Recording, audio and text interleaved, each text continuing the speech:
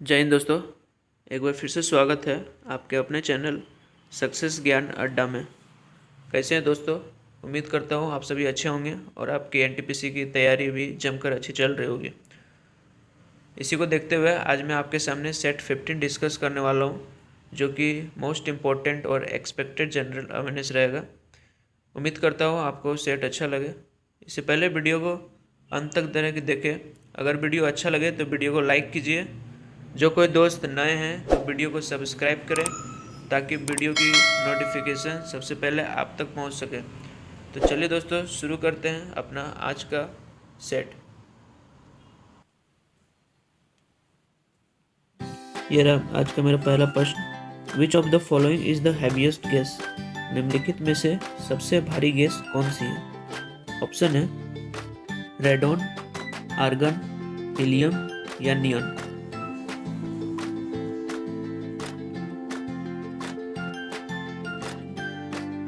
तो अगर तीनों गैस की बात करें, एर्गन, हीलियम और नियॉन हल्का होने के कारण ये वायुमंडल में एटमॉस्फेयर में पाया जाता है। सबसे भारी गैस होता है इनमें से रेडॉन, तभी तो ये वायुमंडल में पाया नहीं जाता है। राइट आंसर हो जाएगा ए। अगला प्रश्न है, which is the longest tree in the world? विश्व का सबसे लंबा वृक्ष कौन सा है? ऑप्शन है यूकैलिप्टस, बाम्बू, रफ्लेसिया या सेक्वोआ गैंगोटियम।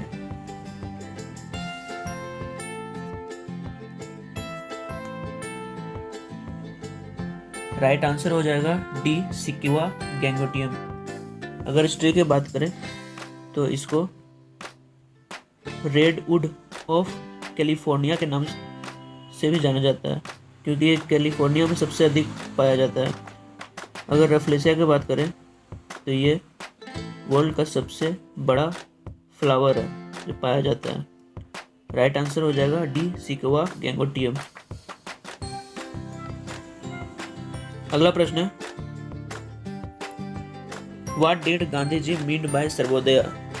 गांधी जी के द्वारा सर्वोदय का मतलब क्या होता है?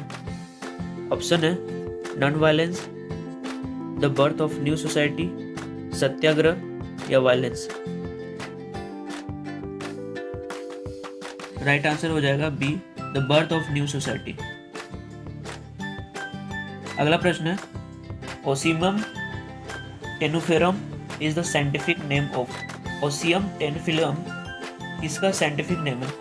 ऑप्शन है तुलसी, बबूल, नीम या मैंगो। राइट आंसर हो जाएगा ए, तुलसी का। अगला प्रश्न है, which among the following is a male part of a flower? निम्नलिखित में से कौन सा एक फूल का पुरुष हिस्सा है? ऑप्शन है पिस्टल,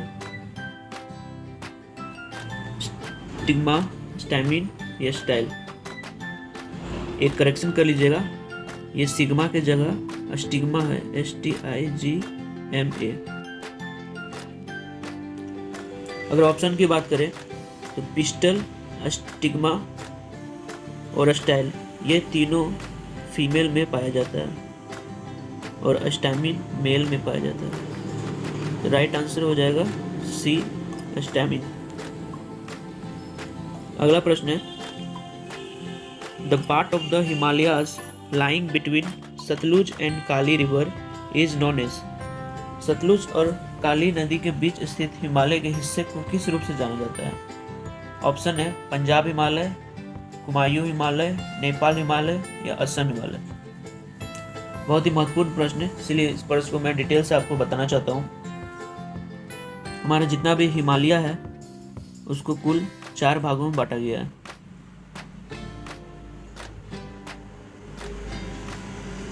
पहला भाग है जिसको हम पंजाब के नाम से जानते हैं, दूसरा कुमायूं के नाम से, तीसरा भाग है उसको असम नाम से जाना जाता है, असम हिमालय, और चौथा और आखिरी है जिसको नेपाल हिमालय के नाम से जाना जाता है। अगर पहला बात करें पंजाब हिमालय तो ये इंदस और सतलज नदी के बीच बहता है, और दूसरा कुमायूं की बात करें तो ये सतलज और काली नदी के बीच में बहता है। तीसरा असम की बात करें तो ये काली और तीस्ता नदी के बीच में बहता है, और आखिरी तीस्ता और ब्रह्मपुत्र नदी के बीच में बहता है।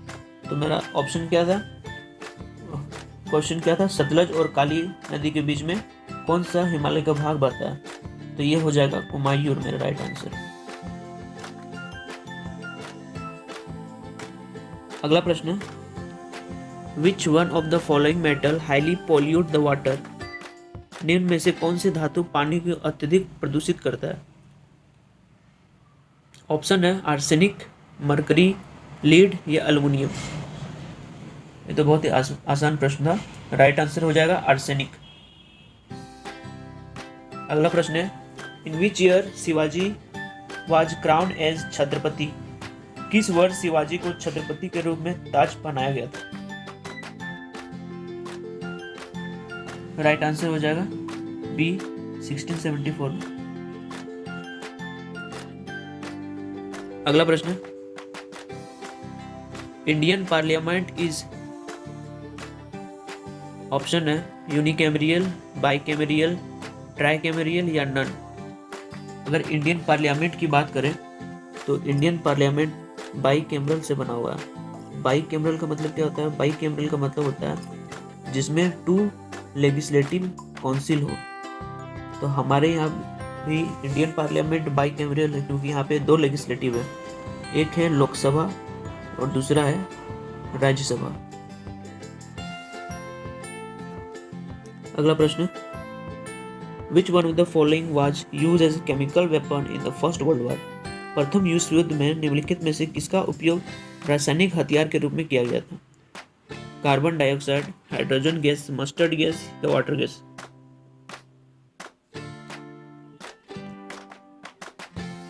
अगर फर्स्ट वर्ल्ड वॉर की बात करें तो ये 1915 से, माफ कीजिएगा, 1914 से 1919 के बीच में लड़ा गया था। अगर उस समय की बात करें तो उस समय इतना ज़्यादा मिसाइल हथियार वगैरह डेवलप नहीं किया गया था, इसीलिए उस समय एक अहम हथियार के रूप में यूज किया जाता था जो कि मस्टर्ड गैस था, जिसको यूज करने से आंख में आंसू आ जाते थे। अगला प्रश्न है, what is the most commonly use substance in fluorescent tubes? Fluorescent tube में समान रूप से इस्तेमाल किया जाता है। अगर फ्लोरोसेंट ट्यूब की बात करें तो अभी जो घर में यूज होता है CFL, जो कि पूरा वाइट रहता है, वही होता है फ्लोरोसेंट ट्यूब, जिसमें मरकरी वेपर और आर्गन गैस रहता है। अगला प्रश्न है, Albert Einstein was honoured as Nobel prize for? Einstein को किस वर्ष माफ कीजिए, किसके लिए नोबेल पुरस्कार से सम्मानित किया गया था? ऑप्शन है photoelectric effect, theory of relativity, theory of evolution and none of the above. अगर अल्बर्ट आइंस्टीन की बात करें तो इन्हें 1921 में नोबेल प्राइज दिया गया था, और ये दिया गया था for the discover of photo electric effect. अब फोटो इलेक्ट्रिक इफेक्ट क्या है? तो ये होता है कि जब लाइट किसी भी मटेरियल को या किसी सब्सटेंस को हिट करता है तो उससे इलेक्ट्रॉन इमिट होता है, उस सब्सटेंस से इलेक्ट्रॉन निकलता है। तो यही थ्योरी दिया था अल्बर्ट आइंस्टीन ने। अल्बर्ट आइंस्टीन ने और एक थ्योरी दिया था, थ्योरी ऑफ रिलेटिविटी। इसका फॉर्मूला होता है E=mc²। ये भी बहुत इंपॉर्टेंट है।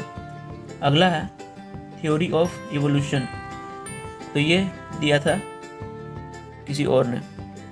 अगला प्रश्न है, which virus causes chickenpox? Chickenpox किस वायरस के कारण फैलता है? ऑप्शन है rubella virus, varicella zoster virus, rabies या वेरोला वायरस।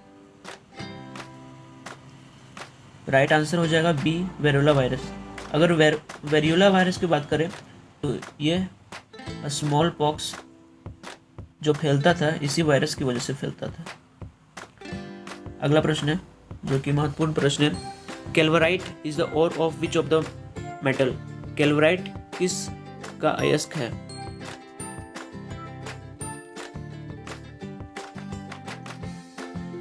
अगर कैल्शियम की बात करें तो कैल्शियम का अयस्क डोलोमाइट हो जाता है, एस्बेस्टस हो जाता है। राइट आंसर हो जाएगा बी गोल्ड।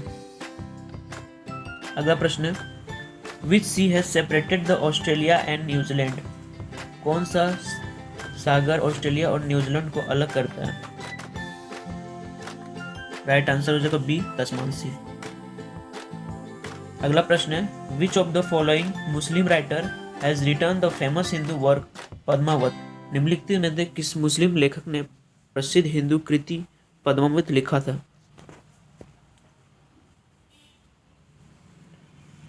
राइट आंसर हो जाएगा सी मलिक मोहम्मद जैसी।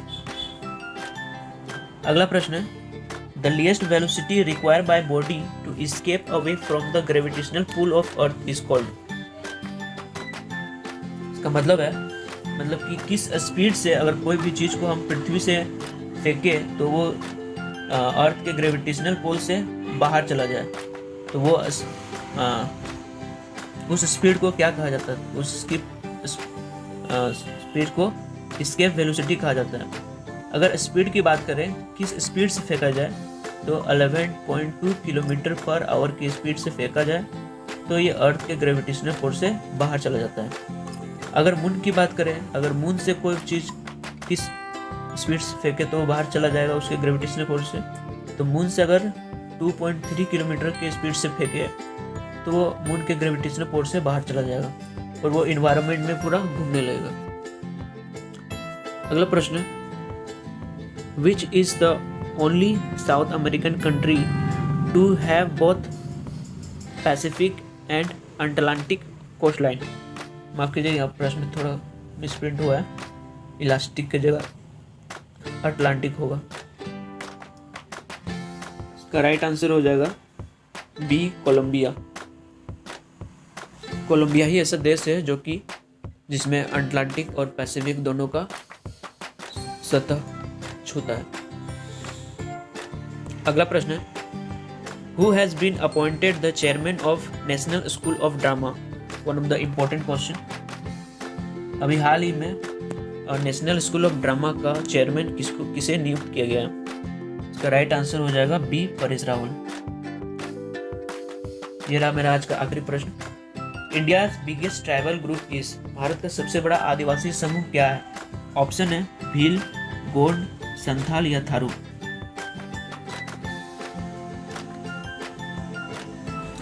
अगर संथाल की बात करें तो ये झारखंड में पाया जाता है। अगर भील की बात करें तो ये मध्य प्रदेश और कर्नाटक में पाया जाता है।